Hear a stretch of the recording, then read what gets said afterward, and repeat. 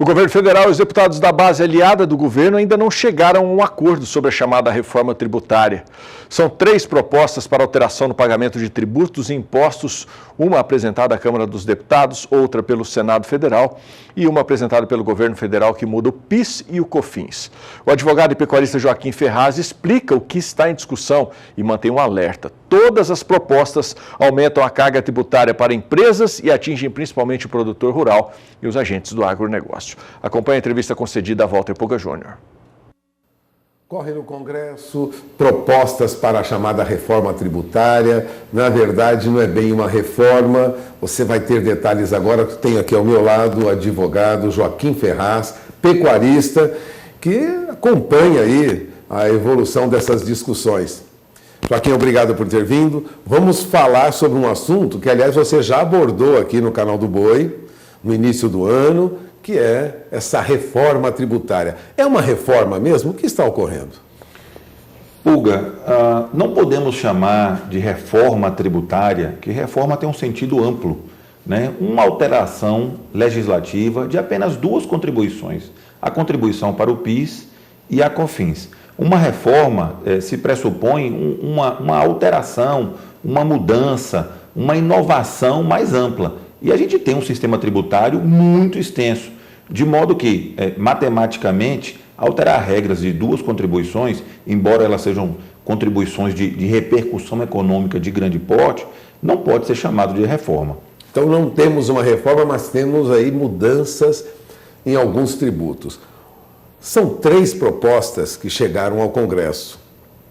Todas aumentam o imposto para o cidadão e para as empresas? Nós temos 3 propostas de reforma tributária, mas eu vou separar isso em 2 frontes. A reforma que tramita na Câmara e a reforma que tramita no Senado, de fato, são reformas tributárias. Elas são alterações na Constituição e todo o nosso sistema tributário está na Constituição. Então, são propostas de emenda constitucional. A reforma do ministro Paulo Guedes, que está sendo chamada amplamente de reforma, é uma alteração legislativa. Então, eu vou tratar disso separado. As propostas que estão no Congresso, no Senado e na Câmara, inclusive foram unificadas antes da pandemia, no iníciozinho, final de fevereiro, início de março, numa comissão mista, onde as 2 casas compuseram um grupo de deputados e senadores para tratar conjuntamente dessas 2 reformas. Elas tratam de uma alteração legislativa do sistema tributário nacional significativa. Por quê? Porque elas estão tratando de PIS, COFINS, ISS, ICMS e IPI, que são tributos complexos, com regras de incidência complexas. O ICMS, por exemplo, é o tributo mais complexo, mais polêmico que a gente tem no país. E não é diferente também o PIS, a COFINS, o IPI, pelas regras de incidência, pelas bases de cálculos, pelos conceitos de faturamento, crédito, débito, enfim. De fato, é uma reforma, é uma alteração significativa no nosso sistema tributário. Já a reforma do ministro Paulo Guedes é simplesmente uma alteração legislativa no PIS e na COFINS. Ele está propondo acabar com a contribuição para o PIS e com a COFINS, e criar uma nova contribuição, ou seja, é uma substituição de 2 contribuições por uma outra contribuição chamada CBS, Contribuição sobre Bens e Serviços. Bom, o que muda na proposta dele? A contribuição para o PIS e a COFINS, elas incidem sobre faturamento e elas estão numa regra de não cumulatividade para a esmagadora maioria das empresas, que são as empresas que estão no lucro real, tá? Ela acaba com essa hipótese de tributação das empresas que estão no lucro real no regime não cumulativo, onde se é possível apurar, é possível deduzir na apuração créditos de PIS e créditos de COFINS para se encontrar o valor do resultado final a pagar. Com a CBS, e essa é a principal mudança, essa regra de crédito e débito acaba, ou seja, o regime não cumulativo acaba. E as empresas todas terão que pagar uma única alíquota, que é de 12%, incidente sobre o faturamento. Ou seja, num exemplo prático, eu produzo uma etapa de um determinado produto e na venda para a sua empresa vai incidir 12% do faturamento. Você transforma isso de alguma maneira, ou revende direto para o consumidor, e vai incidir mais uma vez 12%. Em cada etapa de comercialização, sobre o faturamento, vai incidir 12%.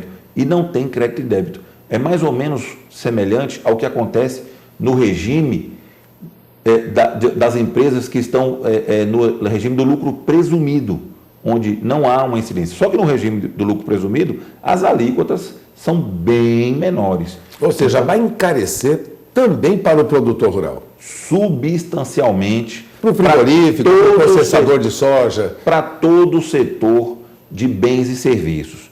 Inclusive frigoríficos, processadores de insumos agrícolas, técnicos agrícolas, veterinários, agrônomos, todo o setor de serviços e também aquele que está ligado a serviços de um modo geral, como saúde, escola, segurança, todo o setor de bens e serviços será onerado com essa alteração da extinção do PIS e da COFINS para a criação da CBS.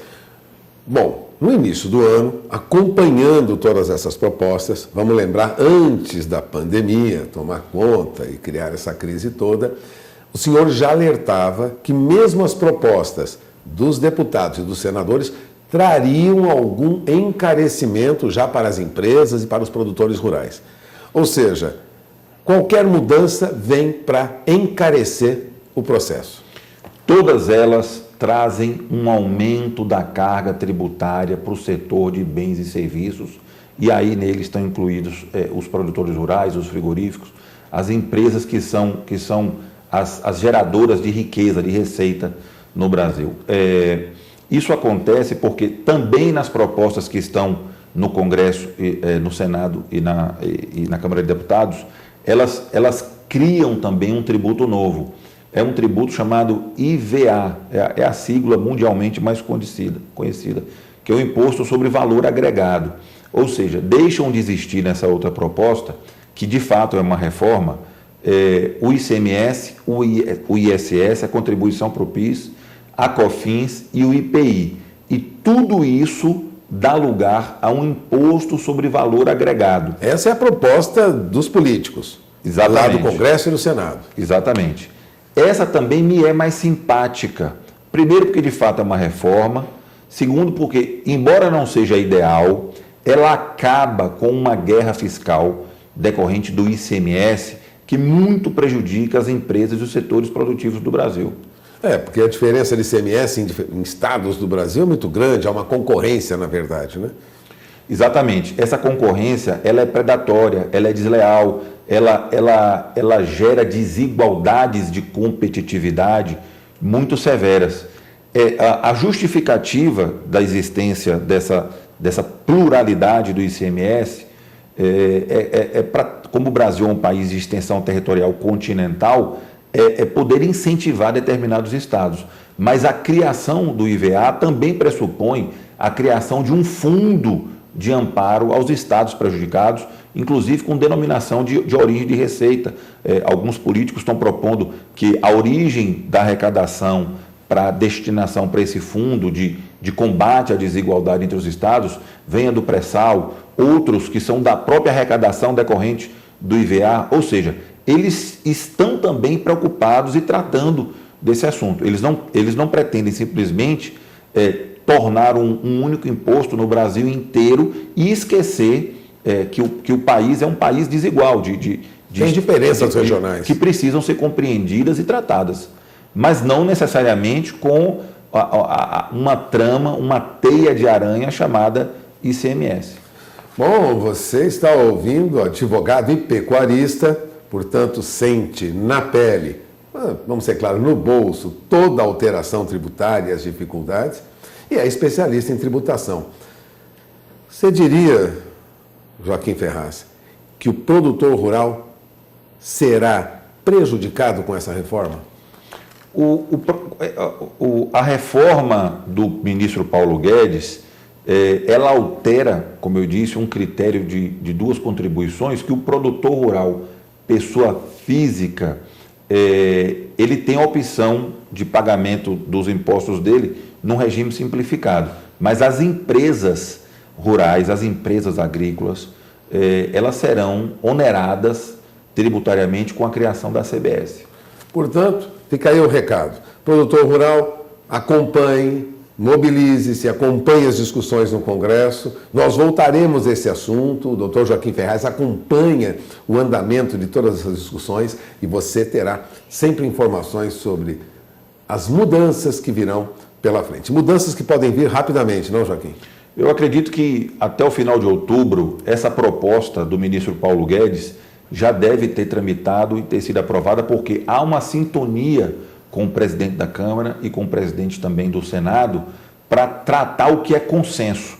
E, pelo visto, o Congresso tem consenso sobre essa alteração do PIS e da COFINS para a criação da CBS. Então, eles provavelmente devem focar nisso e essa alteração deve ser mais rápida do que o tratamento, por exemplo, das propostas de emenda constitucional para tratar de fato de reforma tributária que estão no Senado e na Câmara de Deputados.